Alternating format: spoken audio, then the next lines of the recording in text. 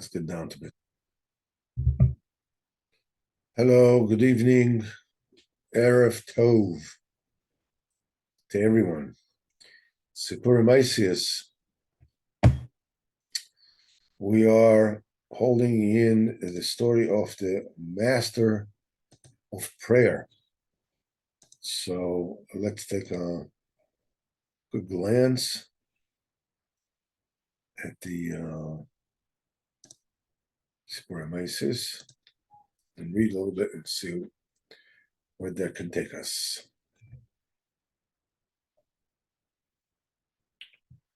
So we said that the prayer leader with his people would sit outside the settled areas, would be involved only with prayers and songs and praises to Hashem Yisbarach, and confessions and fasts and mortification, repentances, as mentioned.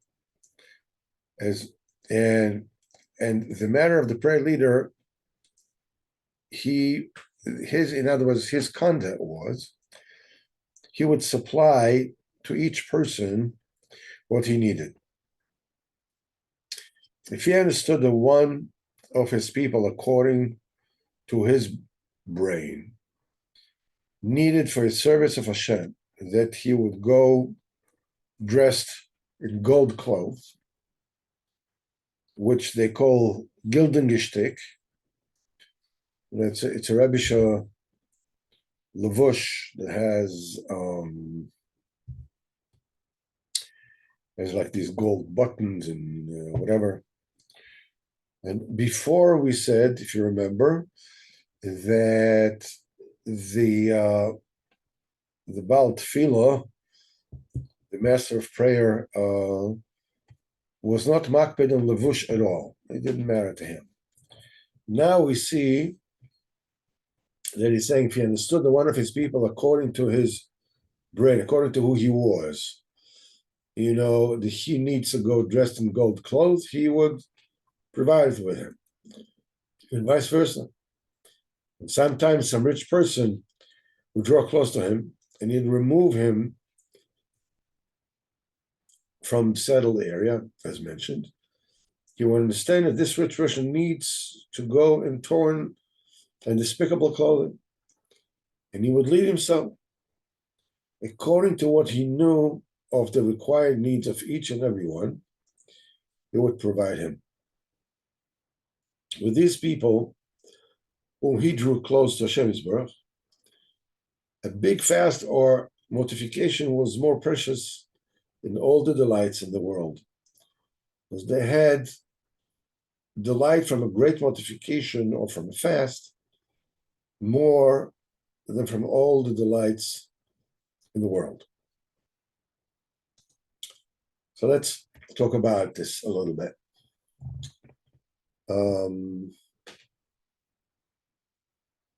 One of the things that Rav Nosson writes in one of the letters to his son,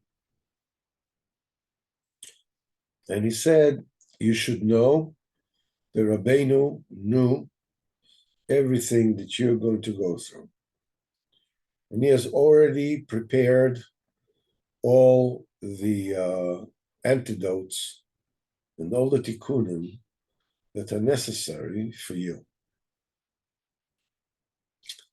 One of the things that is very, very important for us to understand about the tzaddik and what the tzaddik means is, as Rabbeinu says, as Rav Nosson says, that when a person comes to Rabbeinu and when he gives him a shalom aleichem, Rabbeinu knows about his neshama, everything that person went through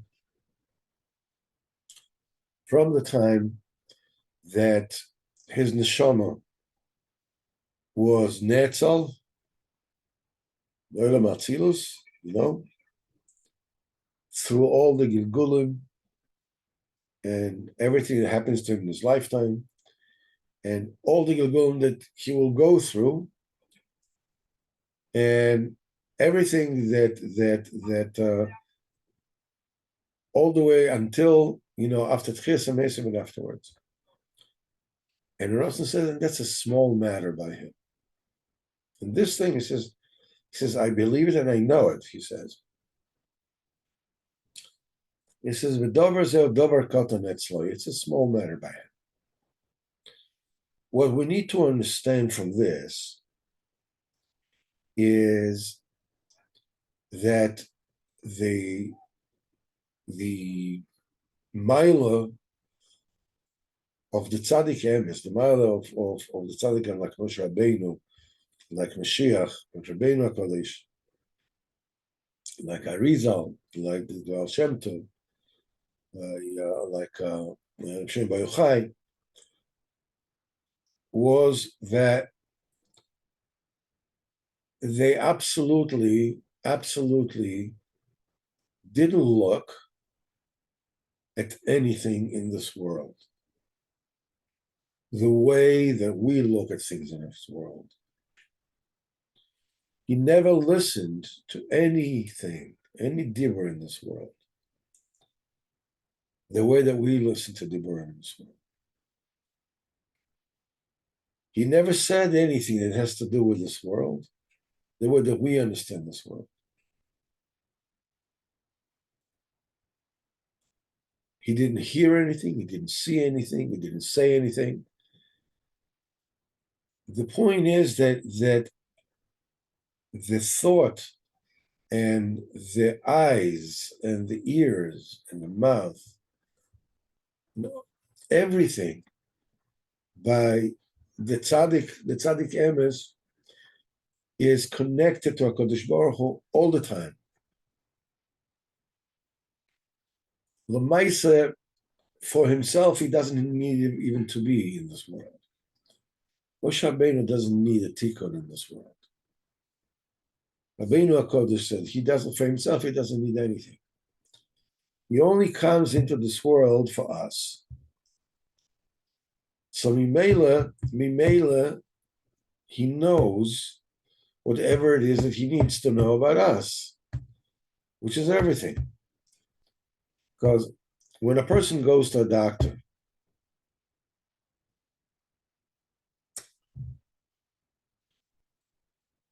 the doctor needs to know everything. I'm not talking about Kupat Cholim. Kupat Cholim, they are clerks. You come in, says, what bothers you? You want to get rid of you as quickly as possible. Maybe give you this checkup or that checkup or whatever. But when you go to a real doctor, I mean, they're all real doctors, but you go to a real doctor that practices medicine the way he should. He sits with you for half an hour or an hour and finds out, your medical history, how you live, what's your diet like, whatever, the whole thing. He learns who you are, and it gives him an overall outlook as to who you are and how to treat you. It was funny. I went to an ear, nose, and throat specialist just the other day. I was coming to him, trying to close a certain circle. It's been taking 2 years. I mean, I went to him and they went through the whole thing. And I've been waiting for this appointment for, I think, 2 or 3 months. When I came to him, I brought with me a letter of an American doctor that actually spent the time with me regarding these things. And he wrote a long letter about who I am and whatever it is. And I bring him the paper, and he takes a look at it, puts it on the table, and says, what's bothering you? I said, read the paper. He says, I'm not going to read the paper. I said, why not? Because it's long. How can you hope to treat someone if that person doesn't even interest you? You don't care. You just want to get rid of him. That's not what the tzaddik is. So you don't know. You're not interested in knowing. The Baal Tefillah is someone that knows exactly not only what's good for you now, but what is going to be good for you forever. And because of this, because this tzaddik has absolutely nothing what to do with this world. Nothing. Zilcha. Never had and never will. Because of that, HaKadosh Baruch Hu basically gives him the keys in this world. You go ahead and do whatever it is. Gashmis Ruchnis. You take a look at Eliyahu Novi. Tremendous miracles. Reviving the dead, stopping the rain, making the rain start again. Just everything. But they said about B'Shem Baal Shem Tov that the Baal Shem Tov asked his people, what are the stories that are circling around me? What are they saying? So they told him that they tell of various miracles that he does, that he's known as a Baal Moifes, that people come to him, brachas, muskayim, so forth and so on. In fact, it is written in the book of the municipality of Mezhibos from the town of Baal Shem Tov. The Baal Shem Tov is mentioned there, and it's mentioned his profession he was a healer. So the Baal Shem Tov was very disappointed. And he said, look at Eliyahu Novi, who did so much better than me. What did he say after Eliyahu Novi? A man, Achrav Sachu, that after him people said, Hashem wa Elokim. When he went on Mount Carmel, the whole thing, the whole Moifes that he did over there, the Korbanos with the Baal, that all the people said Hashem wa Elokim, Hashem wa Elokim. So he says, after me, they say Moifsim. After Eliyahu Novi, they say Hashem wa Elokim. The tachlis of the tzaddik is to be mekar of the people to HaKadosh Baruch Hu. And the tzaddik gives each and every one of us whatever it is that we need. The main thing that we need to do is we need to daven a lot. We need to daven a lot. This is something that we need on a constant basis. You see that his people were they liked the tefillas and tanesim. He said, Rabbi Yitzchak used to say in Uman, in the turn of the 19th century, beginning of the 20th century, and in the beginning of the 20th century, the Anash in Uman used to go in the winter to make his Veidus and to serve HaKadosh Baruch Hu in snowed under forests. They toiled in mikvahs and rivers that were frozen solid. And they felt in it Tam Gan Eden. Because the Baal Tefillah, what he does, he brings a person to feel that the real pleasure is to be found in Avodas Hashem. Because Tefillah is Lashon Chibur, connection. As we learned in Torah Lamed Ches, that the Simon on Dveikos is Tefillin. Tefillin is Lashon Tefillah. This week's Parsha that we said about previous week's Parsha. When Rachel gave a Bilhah to Yaakov, and she gave birth, and she called him Naphtali. Why? Because Naftule Elokim Niftalti. And Rashi says Lashon Tfilo, Chibur, connection. That the nefesh connects with the Ratzon HaKadosh Baruch Hu. And when that happens, the nefesh feels all the pleasures in Avodas Hashem. And doesn't begin to feel all the pain and all the difficulties that are, that a person has to go through to come to that madriga.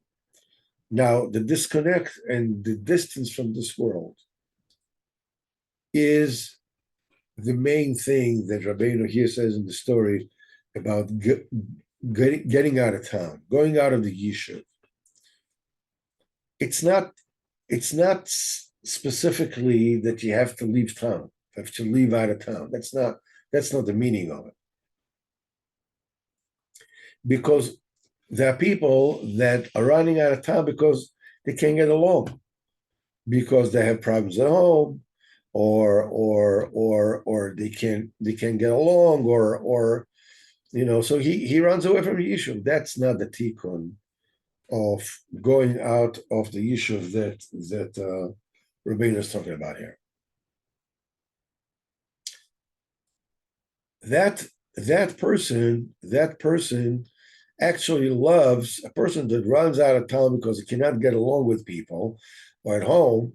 It's not a tikkun because he really loves the heaven olam, and really, unbeknownst to others, chas v'chalila, he's doing a variance. Because the main tikkun of Titus is when a person lives a normal life, dafka life of yishuv. You live in town, you pay taxes, you do work, you cook, you do whatever needs to be done. But afal pichem, a person is totally pushes away all the types of olam, all the shtusim of the yishuv, and the daven. And then it is true, however, that when you start, that you have to actually, as it were, disconnect yourself from the yishuv for a while. The Rambam says that if a person is on one end and he wants, he has a certain time or whatever it is, and he wants to hit the golden middle, he can't get from, being an angry person to being, a well-adjusted person. Says you can't do that. The Rambam says that first of all, you have to go from being an angry person to being somebody who is mevater, all the way to the other side. And then you come back to the happy medium. So sometimes you have to go mamish chutz la'yishuv to sometime to, to disconnect. And after a while, you have to come back to the yishuv. And there are many, many ways that this can happen. Some of the people get the lavush, because when a person puts the longer rekel or whatever it is, with this, he's sort of like getting out of town. He's getting out of yishuv. He's disconnecting himself. Whenever you see somebody who is wearing the Yiddish lavush,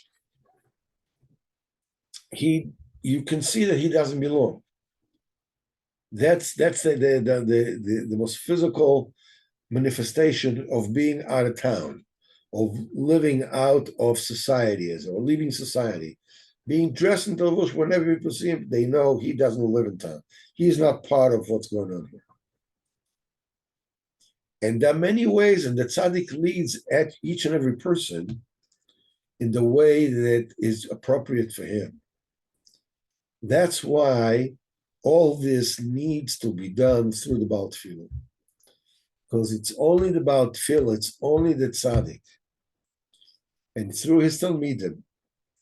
Because whenever it is that you come close to anyone of Rabbeinu's Talmidim, first of all, It has to be somebody who himself is, divorced from this world in the way that you can appreciate. In other words, you believe in his derech, you believe in the way that he serves the Kadosh Baruch Hu, you believe in his Gedusha, you believe that he's a Shema Shulchan Aruch, you believe that he's Talmud Rabbeinu, he believes in Rabbeinu, and still, whenever it is, when you come to ask him, and you develop the emunah that whatever it is that this Talmud Rabbeinu is telling you is what Rabbeinu is telling you. And this is how Rabbeinu will lead you to where, sometimes you are connected to one Talmud of Rabbeinu. And after a while, when you finish getting from him whatever it is he has to give you, you go over and you get connected to another Talmud of Rabbeinu. Because Rabbeinu knows that now you need to be with this one, and now you have to go with that one. Because the tzaddik is the one who knows how to get a person out of the yishuv and how to get him back into the yishuv b'shalom. Because the main aim of all this is to live in the yishuv and still feel malchus shemayim, to the point that you would hate the heaviness and the averis and the taivas. All this, the way that this happens, a person gets this madrega by connecting with tefillah. That's the way it's done.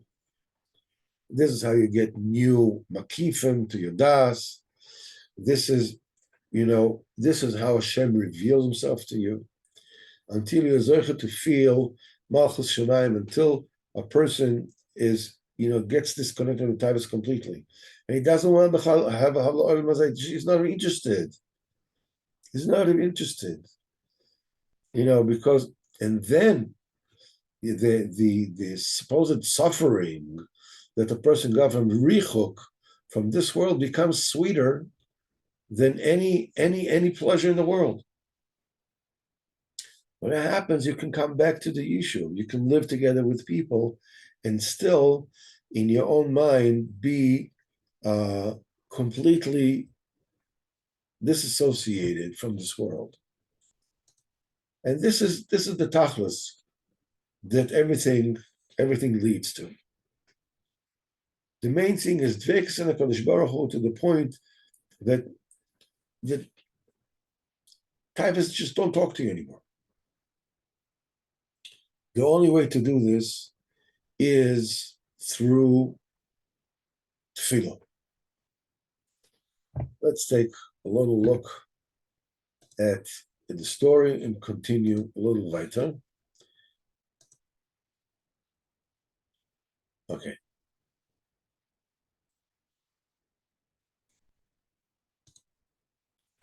And the day came to pass, and there was a country that had great riches there. They were all rich. Only there where a conduct was very strange and odd, because everything was conducted with them according to the riches. Everyone's value and everyone's honor was only according to his wealth, to his riches. For whoever had so many thousands or myriads, when he had certain class, and whoever had so much money belonged to another class. And the whole order of classes was with them according to the amount of money of every person. And whoever had so much thousands or plenty of wealth, according to the amount that was determined by them, was king. And likewise, they had banners. Whoever had so much money was in this banner, had this class, and this status in that banner.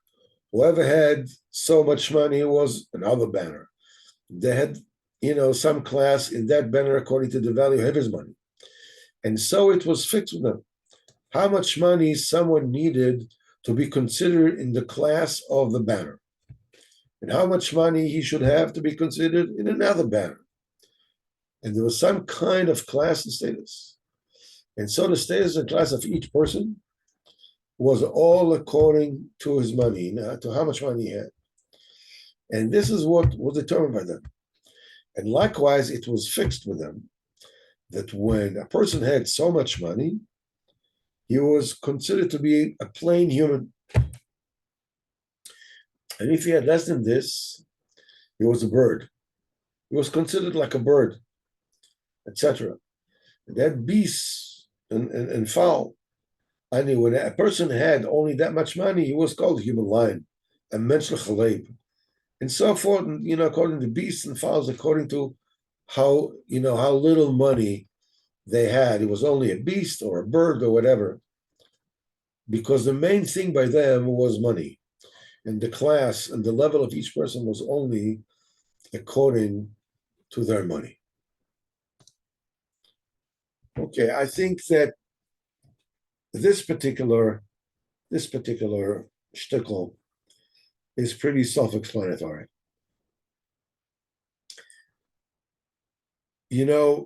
It is in every country, people look at money in a different way. I mean, Taivas Mammon is a universal type. But in different countries, especially countries that are influenced by America, in America, a person's work actually defines who he is. When people meet, they ask, "What do you do?"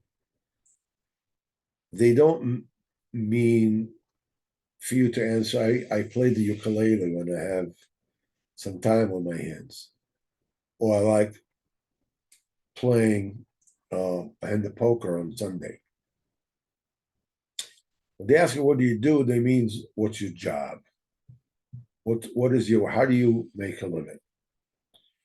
And there are different professions as to, according to your profession, this is how important or unimportant you'll be considered. There are people in this world who are basically transparent, like they don't even exist as far as this is concerned. There could be cashiers in supermarkets. It could be service givers in various places. People don't even see them. I remember that a few years ago, I had the pleasure of my friend David getting me to Uman through Germany, through Frankfurt. And on the flight to Frankfurt, I was treated very nicely by the stewardess. So when I came off, I said to her, I want to thank you, for treating me as nice as you did. You really did an outstanding job. I really felt, well taken care of. She said to me, you are the first passenger who ever told me that. Like, they don't even exist. People who are homeless are considered cockroaches, basically human cockroaches, or rats, or. So basically, somebody is a banker. Oh, wow, banker. Well, man, now you're talking, investment banker. you know? And then you have an athlete, you have a this, you have a that, each one according to. Now the thing is that the money, the people that get the money are people who are tunnel visioned and focused on money and money alone. You do not become wealthy, unless of course you're born to money. You do not become wealthy unless you really, really want it. When you ask people, most normal people in this world, the people that the world calls normal, and that everybody wants money. Everybody needs money, that's true. But everybody wants money. They say they want money, but they don't. What they want is they want the avoidance of not having money, or they think that if they'll have money, they'll be able to fulfill their fantasies.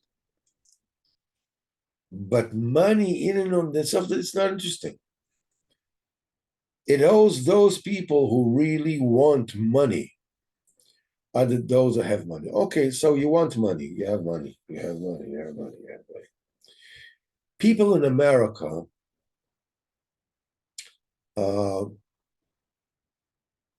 when they have their statuses, they have their flags, as Rabbeinu, but it's also true in Europe. You know, you go from being someone who drives a Hyundai to someone who drives a Lincoln. And from someone who drives a Lincoln, you will go up a Madriga and you become a person who drives a BMW. And from being somebody who drives a BMW, maybe you go up to be somebody who drives a Bentley. You belong to a totally different banner. And the two don't mix. People who drive Bentleys don't mix with people who drive BMWs. They belong to different clubs. The clubs have big guys, standing on the thing. They don't let, anybody who's not a human, whatever it is, to get in. If you're just a human animal, you cannot get in. You have to stand in line. Maybe you get in, maybe you don't get in, whatever. All according to how much money you have. The possessions and the money are basically the ranks that they have.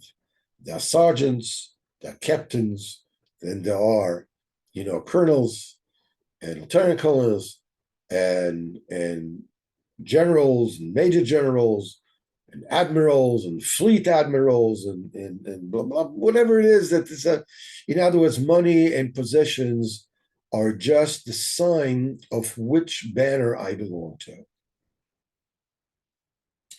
The more a person gets into this, the more a person is lost in this world. The more a person is caught up with that kind of scale of judging people, the more a person is trapped in this world, the more difficult it is when a person, after 120 years, leaves this world. Because they say that after a person leaves this world, the person has to go through Nahal Dinur, the river of fire, before he can go on. And everybody has to go through Nahal Dinur. But when a person goes out with a lot of money that meant to him, that meant that much to him in this world, not somebody that had money that was used the way that we are learning in Likutei Moharan, in the rest of the shul, that you need it for that you needed for Isbonus in the Torah, for looking, understanding the Torah, the way the Rabbeinu HaKodesh used it, the Moshe Rabbeinu used it, and so forth and so on. That's a different kind of ashiras. That's not ashiras. That's not, money doesn't mean anything. It's the shorish of the money. But people that loaded themselves with money in this world, they became tycoons. It's like a sheep, unshorn sheep, that goes in a stream, and the shorn sheep that goes through the stream. A shorn sheep, can just go through the stream and get out. What happens if the sheep was not shorn and it has a lot of wool? It gets soaked up with water and it can't get out of the water. It's too heavy. The same thing happens to the neshama that was trapped in the Taivas moment in this world. They get into the Hadinor, and all that wool. What's the purpose now? The purpose now is, to burn out the vestige of Gashmias that was still left. This is it. The person left with, check me out. Everybody can fake a Lamborghini, but nobody can fake a Gulfstream jet. All right, so that's the way a person comes out of this world, 120 years.